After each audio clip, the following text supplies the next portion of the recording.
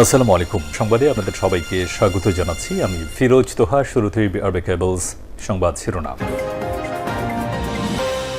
বাংলাদেশের সর্বশেষ গুরুত্বপূর্ণ আপডেট সংবাদে আপনাকে স্বাগত। শুরুতেই সংবাদ শিরোনাম, পরে বিস্তারিত। প্রথমেই জানাবো, জুলাই স্মৃতি জাদুঘর উদ্বোধন করলেন প্রধানমন্ত্রী। প্রধানমন্ত্রী তারেক রহমান ডক্টর ইউনূসকে সঙ্গে নিয়ে জুলাই গণ অভ্যুত্থানের স্মৃতি জাদুঘর আনুষ্ঠানিকভাবে উদ্বোধন করেছেন। আজ বুধবার ৯টার দিকে তিনি এটি উদ্বোধন করেন। উদ্বোধনের পর প্রধানমন্ত্রী জাদুঘরের বিভিন্ন গ্যালারি, সংরক্ষিত নিদর্শন, আলোকচিত্র, দলিলপত্র, স্মারক প্রদর্শন করেছেন। এরপর জানাবো, জুলাই বিপ্লবের দ্বিতীয় বর্ষপূর্তি উপলক্ষে দেশবাসীকে শুভেচ্ছা জানালেন নাহিদ ইসলাম। ৫ই আগস্ট আমাদের জাতীয় ইতিহাসের এক স্মরণীয় দিন। বাংলা বদ্বীপের মানুষের দীর্ঘ সংগ্রাম, আত্মত্যাগ, গৌরব ও বিজয়ের ধারাবাহিকতার প্রতীক। এদিকে গোপালগঞ্জে ৫ প্লাটুন বিজিবি মোতায়েন। ৫ই আগস্টের গণ অভ্যুত্থান দিবস ও ১৫ আগস্টকে কেন্দ্র করে সার্বিক আইনশৃঙ্খলা পরিস্থিতি স্বাভাবিক রাখতে গোপালগঞ্জে ৫ প্লাটুন বিজিবি মোতায়েন করা হয়েছে। আজ বিকেলে জেলা প্রশাসক মোহাম্মদ আরিফুজ্জামান বিজিবি মোতায়েনের বিষয়টি নিশ্চিত করেছেন।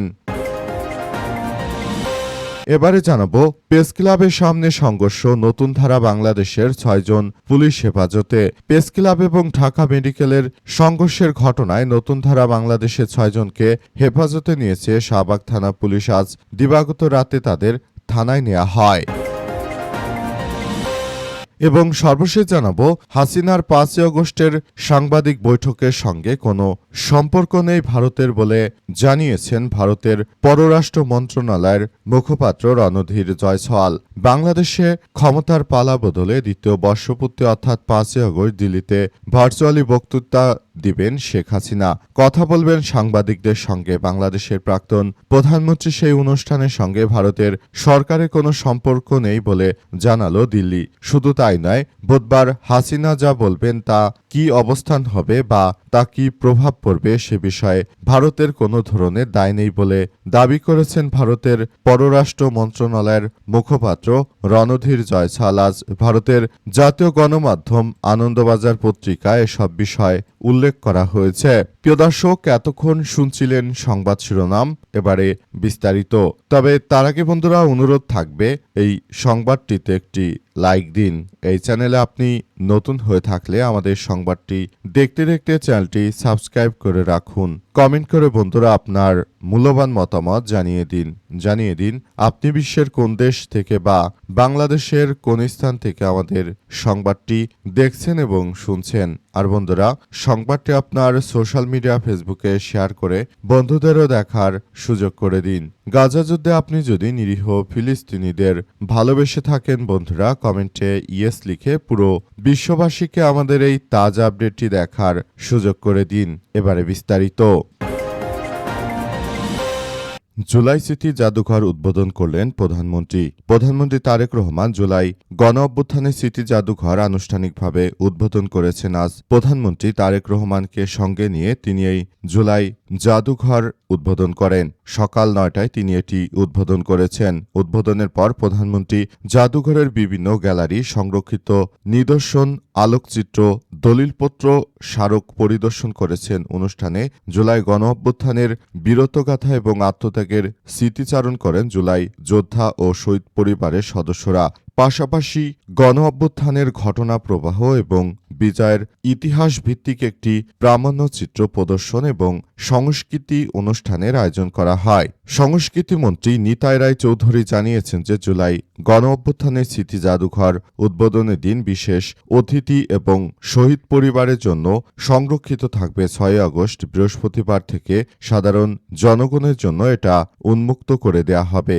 জাদুঘরে প্রবেশের জন্য অনলাইনের মাধ্যমে টিকিটের ব্যবস্থা থাকবে। এখানে বড়দের জন্য ৫০ টাকা এবং ছোটদের জন্য ২৫ টাকা টিকিটের মূল্য নির্ধারণ করা হয়েছে।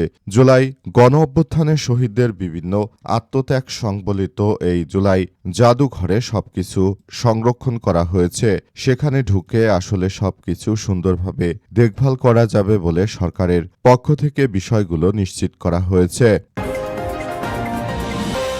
জুলাই বিপ্লবের দ্বিতীয় বর্ষপূর্তি উপলক্ষে দেশবাসীকে শুভেচ্ছা জানালেন নাহিদ ইসলাম। 5ই আগস্ট আমাদের জাতীয় ইতিহাসের এক স্মরণীয় দিন। বাংলা বদ্বীপের মানুষের দীর্ঘ সংগ্রাম ও আত্মত্যাগের গৌরব ও বিজয়ের ধারাবাহিকতার প্রতীক বলে জানিয়েছেন নাহিদ ইসলাম। 1757 সালে পলাশীর প্রান্তরে ঔপনিবেশিক বেনিয়া শাসনের সূচনার পর থেকেই ভূখণ্ডের মানুষ মুক্তির প্রত্যয় জেগে ওঠে। তিতুমিরের বাঁশের খেলা, হাজী শরিয়তুল্লাহর ফরাজি আন্দোলন, হাবিলদার রজব আলীর বিদ্রোহ এবং শেরেবাংলার লাহোর প্রস্তাব সেই দীর্ঘ অভিযানের গুরুত্বপূর্ণ মাইলফলক হিসেবে দাঁড়িয়ে আছে।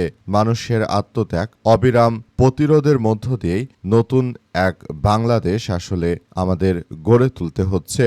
জাতি ও ঔপনিবেশিক শাসনের অবসান ঘটিয়ে স্বাধীন ভূখণ্ডের অধিকার অর্জন করে, কিন্তু সেই আজাদির আনন্দ দীর্ঘদিন স্থায়ী হয়নি। ব্রিটিশ শাসনের অবসানের পর বাংলাদেশের জনগণ নতুন এক বাস্তবতার মুখোমুখি হয়। দীর্ঘ 24 বছরের বৈষম্য, বঞ্চনা এবং শোষণের বিরুদ্ধে লড়াই শেষে 1971 সালে রক্তক্ষয়ী মুক্তিযুদ্ধের মধ্য দিয়ে অর্জিত হয় লাল সবুজের পতাকা। লাখ লাখ শহীদের আত্মদান, অসংখ্য মা বোনের ত্যাগে স্বাধীন রাষ্ট্র প্রতিষ্ঠার পরও জনগণের প্রত্যাশিত ন্যায়ভিত্তিক ও জবাবদিহিতামূলক রাষ্ট্র ব্যবস্থা পুরোপুরি এখন পর্যন্ত গড়ে উঠতে পারেনি। 5ই আগস্টের পর তারই ধারাবাহিকতা চলছে। গোপালগঞ্জে 5 প্লাটুন বিজিবি মোতায়েন। 5ই আগস্ট গণ অভ্যুত্থান দিবস এবং 15 আগস্টকে কেন্দ্র করে সার্বিক আইনশৃঙ্খলা পরিস্থিতি স্বাভাবিক রাখতে গোপালগঞ্জে 5 প্লাটুন বিজিবি মোতায়েন করা হয়েছে। বিকেলে জেলা প্রশাসক মোহাম্মদ আরিফুজ্জামান বিজিবি মোতায়েনের বিষয়টি নিশ্চিত করেছেন। মঙ্গলবার বিকাল থেকে শহরের গুরুত্বপূর্ণ এলাকায় বিজিবির সদস্যরা টহল শুরু করেছে। এছাড়াও জেলা police 8 platoon armed police battalion বা এপিবিএন এবং 5 প্লাটুন রেঞ্জ রিজার্ভ ফোর্স বা আরআরএফ সদস্যদের সমন্বয়ে শহরের গুরুত্বপূর্ণ এলাকায় জোরদার করা হয়েছে নিরাপত্তা। জেলার গুরুত্বপূর্ণ সড়ক, মোড়, সরকারি স্থাপনা এবং জনসমাগম স্থলে অতিরিক্ত পুলিশ মোতায়েন করা হয়েছে। বিভিন্ন গুরুত্বপূর্ণ স্থানে যৌথ টহল, চেকপোস্ট এবং নজরদারি কার্যক্রম অব্যাহত রয়েছে। পাশাপাশি গোয়েন্দা নজরদারি বাড়ানো হয়েছে এবং সার্বক্ষণিক টহল কার্যক্রম চালানো হচ্ছে। যে কোনো পরিস্থিতি মোকাবেলায় আইন শৃঙ্খলা রক্ষাকারী বাহিনী সর্বোচ্চ প্রস্তুত রয়েছে। গোপালগঞ্জের পুলিশ সুপার মোহাম্মদ হাবিবুল্লাহ জানান যে গোপালগঞ্জের একটি জেলা বিশেষ গুরুত্বপূর্ণ জেলা, তাই আগেভাগেই প্রয়োজন নিরাপত্তা ব্যবস্থা গ্রহণ করা হয়েছে। জেলার গুরুত্বপূর্ণ সড়ক, মোড়, সরকারি স্থাপনা, জনসমাগম স্থলে অতিরিক্ত পুলিশ মোতায়েন করা হয়েছে। পাশাপাশি গোয়েন্দা নজরদারি বাড়ানো হয়েছে এবং সার্বক্ষণিক টহল কার্যক্রম চালানো হচ্ছে। যে কোনো পরিস্থিতি মোকাবেলায় আইন শৃঙ্খলা রক্ষাকারী বাহিনীর সদস্যরা সর্বোচ্চভাবে প্রস্তুত রয়েছে বলে নিশ্চিত করেছেন তিনি।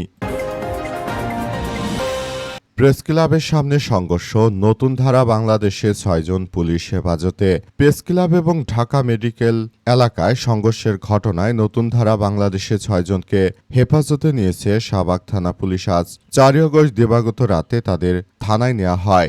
আটককৃতরা হলেন নতুন ধারা বাংলাদেশের chairman Momin Mehedi, senior vice chairman Shanta Farzana, vice chairman doctor Nurjahan, Nira, যুগ্ম মহাসচিব মনিরুজ্জামান, সাংগঠনিক সম্পাদক আতাপ মণ্ডল ও হরিদাস সরকার। এর আগে সন্ধ্যায় জাতীয় প্রেস ক্লাবের সামনে সংগঠনটির উদ্যোগে 1 আগস্ট শান্তা ফারজানার উপর হামলার প্রতিবাদে একটি বিক্ষোভ কর্মসূচি চলাকালে সংঘর্ষের ঘটনা ঘটে।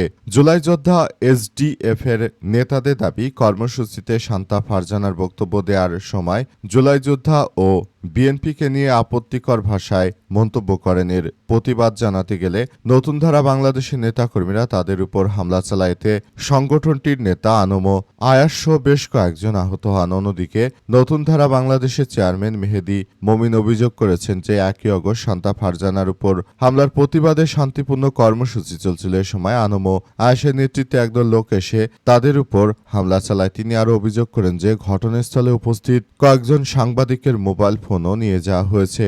এরপর উভয় পক্ষের মধ্যে সংঘর্ষ ছড়িয়ে পড়েতে শান্তা ফারজানা সহ তাদের আরও বেশ কয়েকজন নেতা আহত হয়। এই ঘটনায় আসলে পুরো এলাকায় পরিস্থিতি থমথমে অবস্থা বিরাজ করছে। নতুন ধারার বাংলাদেশ বলতে সেই কুখ্যাত সন্ত্রাসী মহিলা ফারজানা, তিনি মূলত এই ধরনের বেয়াদবি করছিলেন। জুলাই যোদ্ধাদের নিয়ে আপত্তিকর বক্তব্য দেয়া থেকে শুরু করে এমন কোনো সন্ত্রাসী কার্যক্রম নেই যা ওই মহিলা করছিল না। ওই মহিলার কারণে দেশের প্রতিটি মানুষ শহীদ শরীফ ওসমান হাদিকে নিয়ে অশালীন কুরুচিকর মন্তব্য দেওয়ার ঘটনায় সবাই আসলে এর প্রতিবাদ জানায়। ঘটনার প্রতিবাদ জানানোর পরই মূলত নতুন করে বিষয়গুলো সামনে আসতে শুরু করে। এ অবস্থায় সবাইকে আরও বেশি সতর্ক থাকার জন্য উদাত্ত আহ্বান জানানো হচ্ছে, যাতে করে আর কোনো ধরনের খারাপ কিছু না ঘটে সেই ব্যাপারগুলো সবাইকে দেখভাল করতে হচ্ছে।